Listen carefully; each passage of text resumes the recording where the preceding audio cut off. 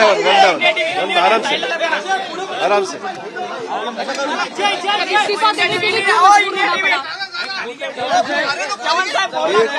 एक minute let me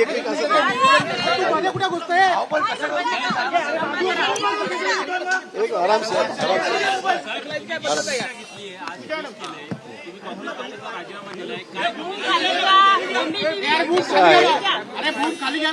मी काँग्रेस पक्षाचा विधानसभा मी आज काँग्रेस पक्षाच्या विधानसभेच्या सदस्यत्वाचा आज राजीनामा अध्यक्षांना भेटून दिलेला आहे आणि त्यानंतर मी काँग्रेस वर्किंग कमिटी काँग्रेसच्या प्राथमिक सदस्यत्व याचा मी राजीनामा आणि विधिमंडळ काँग्रेस पक्षाच्या सदस्यत्वाचा राजीनामा आज मी दिलेला आहे आणि मी काँग्रेसमध्ये होतो तोपर्यंत मी प्रामाणिकपणे पक्षाचं काम केलेलं आहे। मला कुठलाही तक्रार कोणाबद्दलही करायची नाही आणि मी कोणाबद्दल व्यक्तिगत माझ्या मनात कुठल्याही प्रकारची वेगळी भावना नाही। मी प्रामाणिक जोपर्यंत काँग्रेसमध्ये होतो तोपर्यंत प्रामाणिकपणे पक्षाचे मी काम मी केलेलं आहे। यापुढची राजकीय दिशा मी 1-2 दिवसामध्ये निर्णय घेईल। अद्याप मी ठरवलं नाही मला काय अवधी लागेल।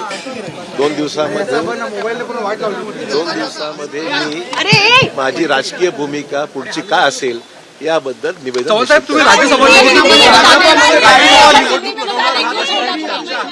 केलेलं आहे। यापुढची राजकीय दिशा मी 1-2 दिवसामध्ये निर्णय घेईल। अद्याप मी ठरवलं नाही मला काय अवधी लागेल। 2 दिवसामध्ये मी माझी राजकीय भूमिका पुढची काय असेल याबद्दल निवेदन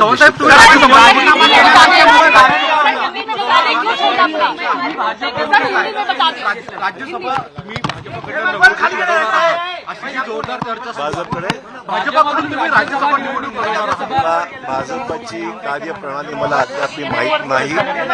भाजपमध्ये जाण्याचा अद्यापही मी कुठलाही निर्णय अद्याप घेतलेला नाही आणि मी तुम्हाला सांगितल्याप्रमाणे 2 दिवसामध्ये मी राजकीय भूमिका माझी स्पष्ट करेन।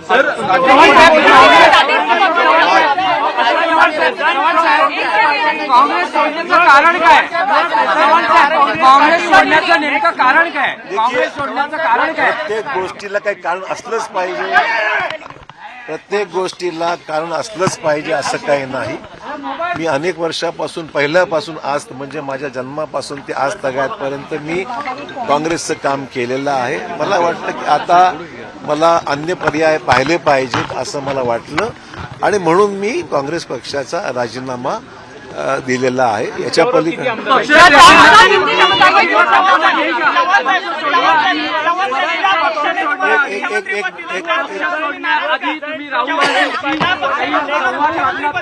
वन एट टाइम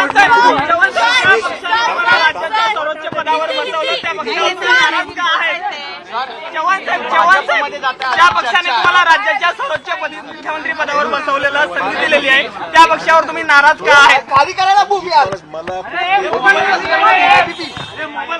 मला कुठलीही पक्षांतर्गत गोष्टीची जाहीर वाच्यता करायची नाही। कोणाची उणीधुणी मला काढायची नाही। ती माझी स्वभावाचा भाग नाही।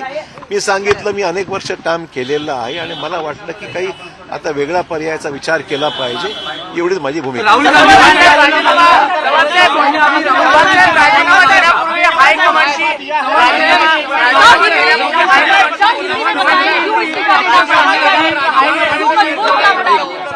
आप ऐसे बात करोगे आप ऐसे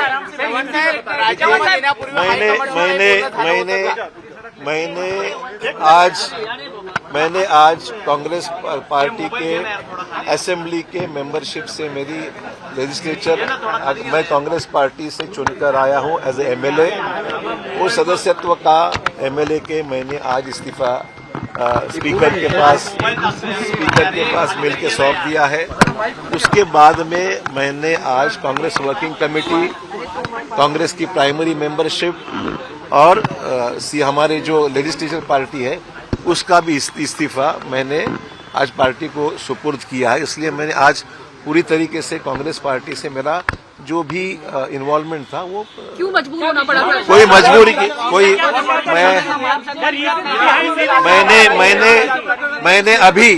मैंने अभी तक कोई भी पार्टी में शामिल होने का फैसला नहीं लिया है। मेरे सामने अभी 2 दिन बाकी है। 2 दिन के बाद मैं मेरी जो राजनीतिक भूमिका है वो स्पष्ट करूंगा। कहा जा रहा है 15 को आप शामिल होंगे बीजेपी में, जो अमित शाह होंगे। देखो, हर चीज की कोई वजह बताई नहीं जाती है और मैं कभी भी पार्टी के इंटरनल मैटर्स को चौराहे पे रखने वाला आदमी नहीं हूं। जब तक था पार्टी का, ईमानदारी से कल तक मैं प्रदेश कांग्रेस में मीटिंग में हाजिर था और मैं कल शाम से मैं अपने आप को वहां से कई नेताओं में नाराजगी है सर, कई नेताओं में नाराजगी है।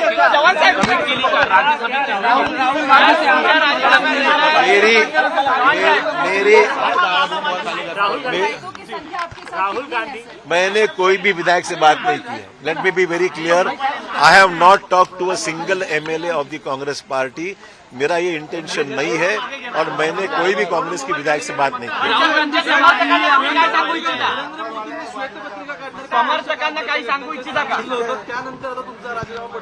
नहीं, इसका कोई कोरिलेशन नहीं है। प्राइम मिनिस्टर ने जो भी बातें कही है ठीक है, एज ए प्राइम मिनिस्टर उनको जो भी कहना उन्होंने कह दिया। इसका और मेरे रेजिग्नेशन का कोई 12 नेताओं में नाराजगी बताई जा रही है, 12 नेताओं में नाराजगी बताई जा रही है कि वो भी छोड़ सकते हैं। मिलिंद देवरा गए, बाबा सिद्दीकी गए, तो कोई जो वजह है वो क्या है? कॉमन वजह आप बता सकते हैं? I have no complaints about everybody. It is not fair on my part to complain publicly about. There are some party issues where I think मैंने ऐसी कोई भी मेरी मांग कहीं भी रखी नहीं है। कोई भी पार्टी के साथ मैंने ऐसे कोई डिस्कशन नहीं किया है और मैंने अभी कोई भी पॉलिटिकल पार्टी से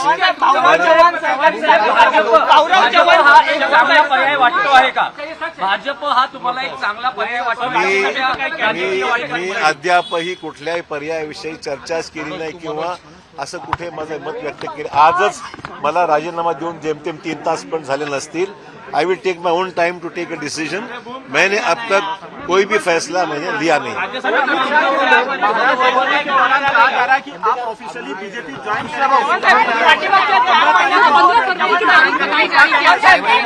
मुझे इसके बारे में कोई जानकारी नहीं है।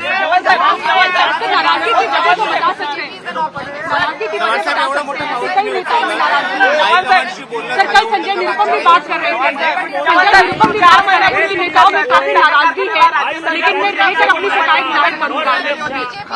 देखिए, you are asking the same question again and again. I will categorically deny all such sort of allegations. I have not said anything about anybody, nor it is in my nature to complain about any person. मेरा खुद का individual फैसला है। मैंने किसी MLA से बात नहीं की। राज्य सरकारकडून तुम्हाला आमदारकीचा मोठ्या दिला होता, त्यामुळे काही काँग्रेसचे आमदार सुद्धा नाराज झाले होते। तेव्हा मी असं वक्तव्य केलं होतं की माझे संबंध चांगले असल्यामुळे मला निधी दिलेला आहे। मला हे जाहीरपणे सांगितलं पाहिजे। मी राज्याचा मंत्री असताना सुद्धा इतर पक्षातल्या भाजप सहित इतर पक्षातल्या आमदारांना सुद्धा विकासात्मक कामासंदर्भात मदत केलेली आहे। मी कधीही भेदभाव असा केलेला नाही। शेवटी राज्य म्हणून विचार करावा लागतो आणि मी निर्णय घेत असताना सर्व आमदारांना, मग तो कुठल्याही पक्षाचा असो, सर्वांना मी निधीचे कमी जास्त प्रमाण झालं असेल पण सर्वांना निधी मी दिलेला आहे। मला मुद्दाम सांगितलं।